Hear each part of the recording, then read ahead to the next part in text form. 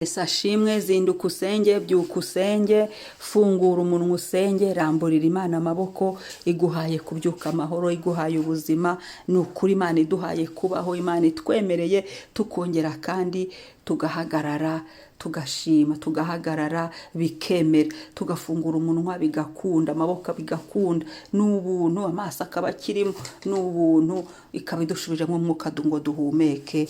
Amen. Reka dushima Imana.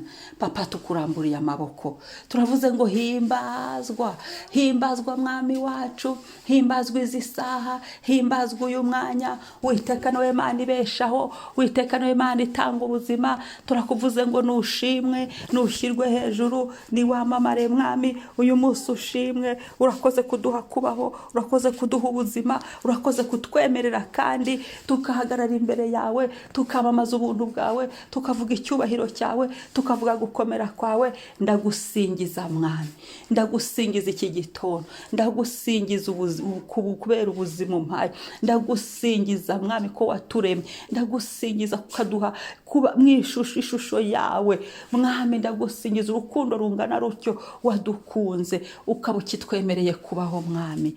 Shimwa, ntacyo twagura ubuzima, ntacyo twagura amagara, ntacyo twagura uyu mwuka duhumeka, ni ubuntu bwawe. Ushimwe mwami, usingizwe kuri uyu munsi. Byandikwe ko tugushimiye kuko uduhaye ubuzima. Urakoze mwami.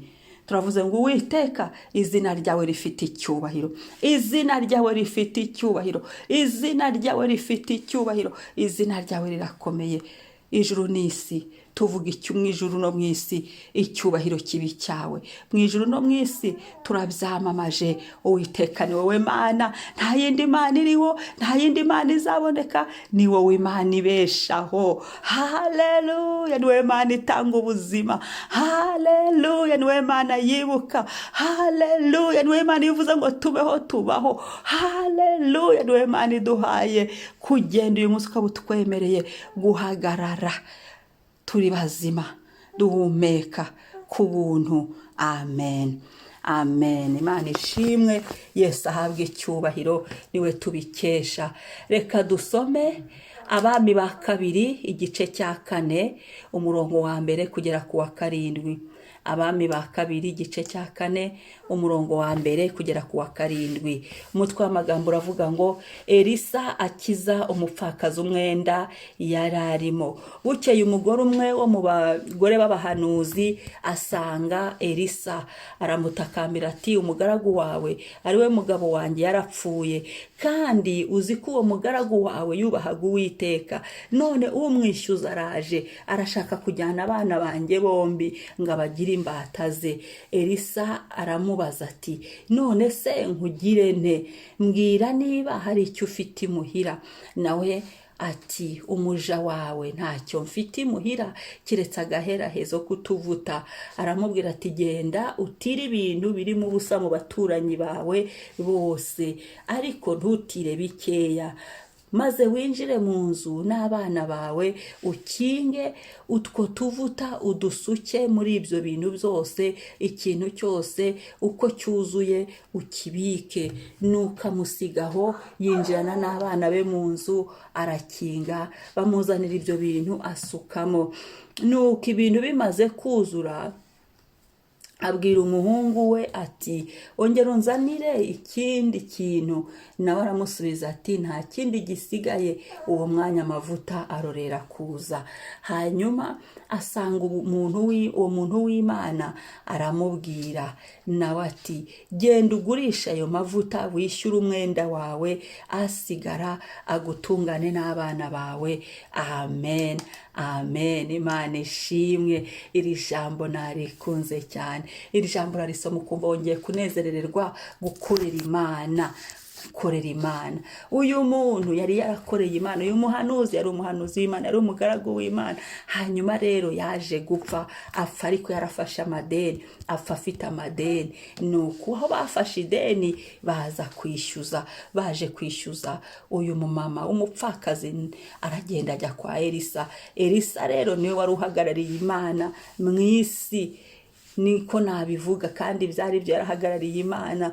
Ni nawe kandi yari umutangabuhamya yuko uyu mukozi w'Imana wari warapfuye yakoreye Imana, cyangwa se yari umugaragu w'Imana, yari umuhanuzi w'Imana, yari mu bo Elisa yahamiriza ko bakoreye Imana. Hanyuma umumama aramusanga. Niho navuga ngo Elisa bari bamusanze kugira ngo abaze Imana ibyo bintu. Niba koko umuntu warakoreye Imana apfa gutyo gusa, niba koko uyu mugabo ko yarakoreye Imana bagomba kunyaga ibye. Haleluya! Nuko iyo wakoreye Imana ntawe unyaga ibyawe. Uyu mudamu ideni rye ryarishyuwe, uyu mudamu ryishyuwe, yari umupfakazi, Imana yibuka imirimo. Haleluya! Uyu mudamu agiye gutakambira Elisa, yaramubwiye ngo umugaragu wawe, ni ukuvuga ngo Elisa yari amuzi, ari we mugabo wanjye yarapfuye, kandi uzi ko yari umugaragu wawe yubahaga Imana. Haleluya! Hari ibyo yari yarakoreye Imana uyu mugabo, hari ibyo yari yarabwiye Imana. Uyu munsi reka twisengere kongera gukorera Imana neza. Imana iratwibuka ikibuka n'abacu naho twaba tutakiriho. Gukorera Imana neza, Imana irahaguruka igatabara. Ni Imana yibuka, ni Imana ihemba ntiyambure. Naho uyu muntu yari yarapfuye, ariko Imana yibutse urubyaro rwe, yibutse umupfakazi wasigaye, Imana ibishyurira ideni. Nakunze ku murongo wa 3 yamubwiye ngo genda ufite ibintu, genda utire ibintu kandi ntutire bike. Hano hakora impano yo kwizera. Uyu mudamu yagiye atira ibintu, niyatira ibintu bike. Ndagira ngo iki gitondo twongere kwisengere kwizera. Hari ibintu biri gupfa kubera ko utari kwizera, cyangwa se ntari kwizera. Hari ibintu biri guhaga kubera ko kwizera gushize. Ongera usubirane kwizera. Izera Imana, imirimo n'ibitangaza bikoreke. Uko kwizera avuga ni kwa kwizera guhirika imisozi, ni kwa kwizera dutegekeramo ibintu bigakunda. Hagarara mu kwizera biremera. Haleluya! Hagarara mu kwizera usenge birakunda. Imana ishimwe, Imana ihimbazwe, Imana yamamare. Uyu mumama yabonye amavuta. Hanyuma ku murongo wa 7 ngo hanyuma asanga uwo muntu w'Imana aramubwira ati genda ugurishe. Kubwo kwizera uyu mudamu yabonye amavuta. Hanyuma ngo genda ugurisha ayo mavuta wishyura umwenda, kandi asigara gutungane n'abana bawe. Ni Imana itwishyurira amadeni. Tubwire Imana iki gitondo ngo Mana, abantu mufite amadeni, bwira Imana ngo twishyurire amadeni Mana. Reka tubwire Imana itwishyurire. Hari amadeni wafashe koko afite ishingiro, ariko ubwishyu burabuze. Hari n'amadeni umuntu afata kubera ko atabashije kubijera neza, nabyo bigapfa. Aho naho nyine hari uko byagenze nabi, ariko Imana iduhe n'ubwenge bwo kubasha kujera ibyo dufite. Nubwo Imana igiye kutwishyurira amadeni, ariko nanone Imana iduhe n'ubwenge bwo kujera neza ibyo dufite, twe kugwa mu madeni. Kuko amadeni ni ikintu hari igihe Satani aza akayadutegeramo bikaba byakwica ubuhamya bw'umuntu. Iki nacyo tugomba kukisengera, ubwenge bwo kumenya kureba neza, gukoresha neza ibyo dufite. Haleluya! Imana ishimwe. Bityo bizaturinda amadeni, bizatuma tubaho nta madeni. Ideni koko, hari ideni umuntu afata ukavuga ati kwe iri deni rifite icyo risobanura, irifite umumaro, ariko amadeni atari umumaro. Byadusasa buri gihe imbere y'Imana dusenga ngo Mana ngo amadeni kandi twayafashe mu bintu bitumvikana. Oya, Imana iduhe n'ubwenge bwo kumenya kubaho mu byo yaduhaye. Hari igihe biba binaduhagije tukifuza ibya mirenge, ariko hano uyu mudamu iri deni ryari rifite ishingiro. Imana rero itwishyurire nayo twafashe mu bujiji, mu butamenya. Imana itubariye yatwishyurire twe guseba, ariko kandi duhe n'ubwenge no kunyurwa. Twisengere no kunyurwa n'ibyo dufite, kunyurwa mu izina rya Yesu, mu izina rya Yesu. Imana nyuma yo kutwishyurira iduhe kunyurwa n'ibyo dufite. iduha ubwenge bwo kujera ibyo dufite mu izina rya Yesu. Ikindi uyu mumama, kuko uyu mugabo yari yarakoreye Imana, kuko uyu muntu w'Imana naho yapfuye hari ibyo yari yarakoreye Imana, Imana yibutse uyu mupfakazi. Erega nubwo bari baje kumwishyuza nyine nta bwishyu afite, nta n'ikindi kintu yari asigaranye uretse utuvuta duke yari asigaranye. Ariko Imana, kuko umugabo we yakoreye Imana, Imana yibuka imirimo, yamuhaye bizinesi y'amavuta. Reka abantu bashaka gutangiza bizinesi, Imana ibashyigikire. Abantu bifuje gukora bizinesi, Imana wibutse Imana imirimo, ukaba ufite icyo wigeze gukora, ni Imana yibuka imirimo. Imana ikwibuke ko wagaburiye imfubyi, Imana ikwibuke ko hari icyo wigeze. Imana igirira ubuntu bwayo igushyigikire. Abantu bifuza gutangira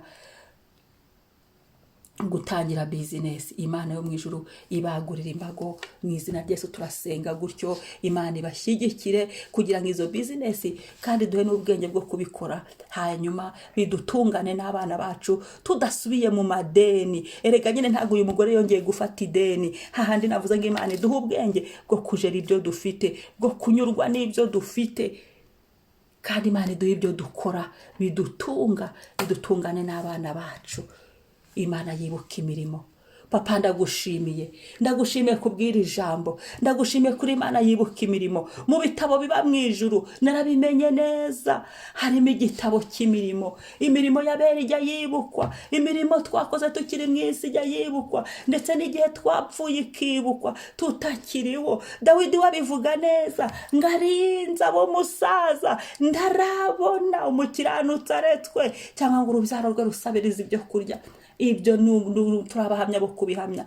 Ibyo nibyo byabaye kuri uyu mupfakazi, kuko uyu mugabo yari yarakoreye Imana, yari yakiranukiye Imana. Imana ntiwigeze umutamana. Turasenze ngo natwe Imana tugarukeho Mwami, twisengeye kwizera.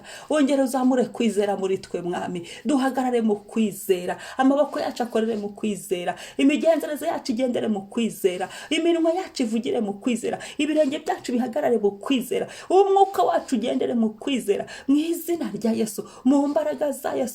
Mana, aho tutizeye imbabazi zawe zitubeho, tubabarire tweze rwose dutunganye.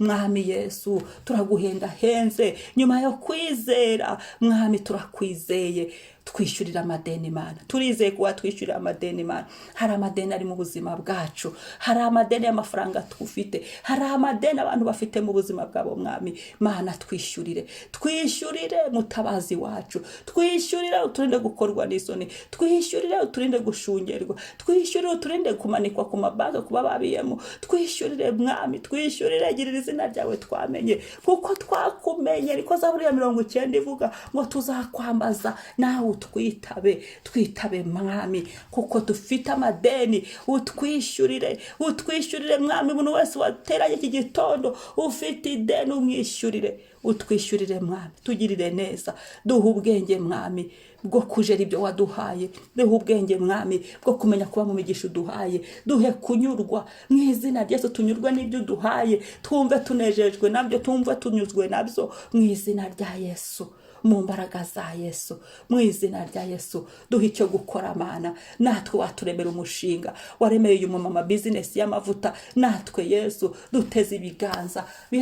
Yesu waturamburira ibiganza. Gira cinzira Mwami, cinzira gitare, cinzira Papa, cinzira uyu mwanya Mwami. Turengere Papa, tugarukeho. Urakoze Mwami, ndagushimiye. Cyubahiro shyirwa hejuru. Urakoze Yesu ko kwizera kwacu kongera kuzamuka. Urakoze kutwishyura amadeni yarari mu buzima bwacu. Urakoze Yesu ubwenge bwo kujera ibyo duhaye. Urakoze Yesu mu izina rya Yesu. Urakoze kudushingira abakeneye utuzi. Urakoze gushingira amabizinesi abayagusabye. Urakoze gusoza amasezerano. Urakoze kutugarukaho Mwami iki gitondo. Icyubahiro n'ikuzo bikugarukire. Uyu munsi byatuwe ku mazina yacu. Uyu munsi bimenyekane ko Uwiteka dutabaye. Uyu munsi kadukuyeho urubwa Mwami Yesu. Uyu munsi adukuyeho kumwara kw'amari kubera amadeni.